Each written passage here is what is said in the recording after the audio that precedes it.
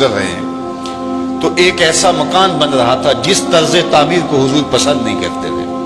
हुजूर ने रोक के पूछा, ये किसका मकान है? कहा फलां अंसारी सहाबी का।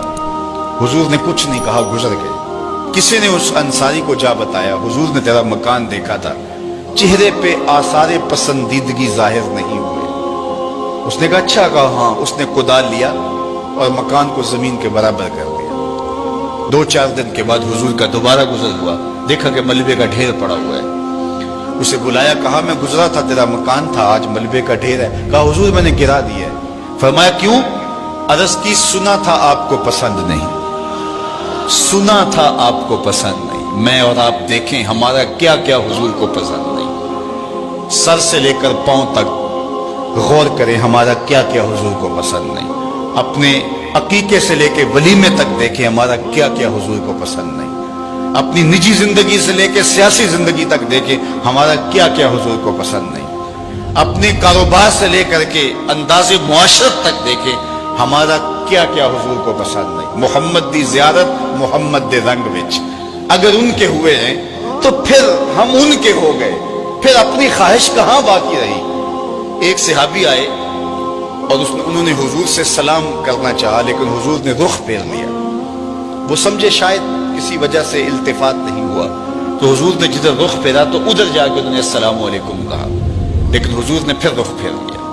समझ गए कोई नाराजगी है।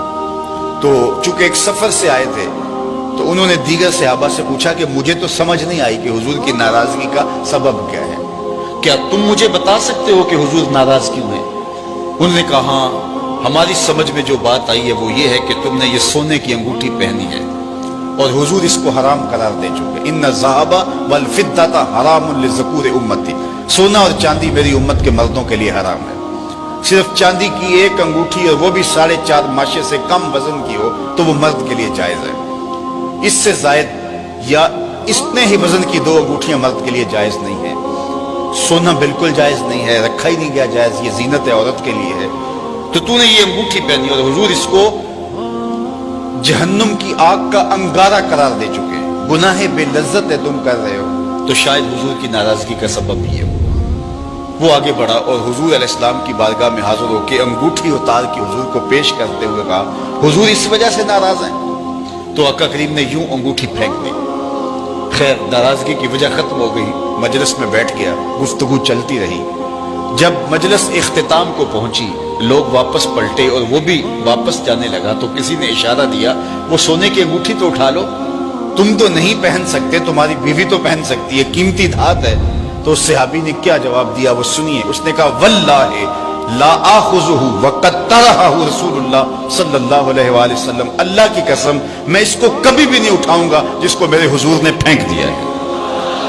जिसको मेरे हुजूर ने फेंक दिया मैं इसको कभी नहीं, सोना है, हीरा है, चांदी है, पखराज है, मोती है, कुछ भी है, मैं इसे हाथ भी नहीं लगाऊंगा जिसको मेरे हुजूर ने फेंक दिया है। साहिबो देखो किस किस चीज को मेरे हुजूर ने फेंका है, और हम अगर उस चीज को सीने से लगाते हैं तो हम आशिक रसूल नहीं हो सकते, हम खुद फरेबी में मुब्तला हैं। अगर हम आशिक हैं, आशिक होना आसान नहीं है। हमारे बुजुर्ग झूम के शेर पढ़ा करते थे, आशिक आशिक हर कोई आखे पर आशिक बनदा मर के। ऐसे आशिक नहीं हो जाता। आशिक आशिक हर कोई आखे पर आशिक बनदा मर के, जहर प्याला कोई नहीं पींदा पर आशिक पींदा पर के। तो जब आप आशिक हैं तो फिर आपका इश्क महबूब की अताअत की चौखट पे आपको क्यों नहीं लेकर के आता? मैं और आप अपने आप को देखें, अपने तर्ज जिंदगी को देखें। मेरे उस्ताद फरमाया करते थे, ये ना हो कि लोग तुम्हें पूछे तुम कौन होते हो और तुम्हें बताना पड़े जनाब हम मुसलमान होते हैं। ये देखो मजहब के खाने में इस्लाम लिखा है। आप फरमाया करते थे, साहेब न किसी को पूछना पड़े न तुझे बताना पड़े, तेरी वज़ाकता तर्ज जिंदगी अंदाज़े मुआशरत ऐसा होना चाहिए, तुम दूर से आ रहे हो लोग पहचान के कहें वो देखो आका का गुलाम आ रहा। नूर आंखों में तो चेहरों पे उजाले होंगे, मुस्तफ़ा वालों के अंदाज निराले होंगे। दुनिया में भी उनके दम से मुकद्दर चमका, महशर में भी उनकी रहमत के हवाले होंगे। तो अगर उनके हुए हैं तो फिर सर से लेकर पांव तक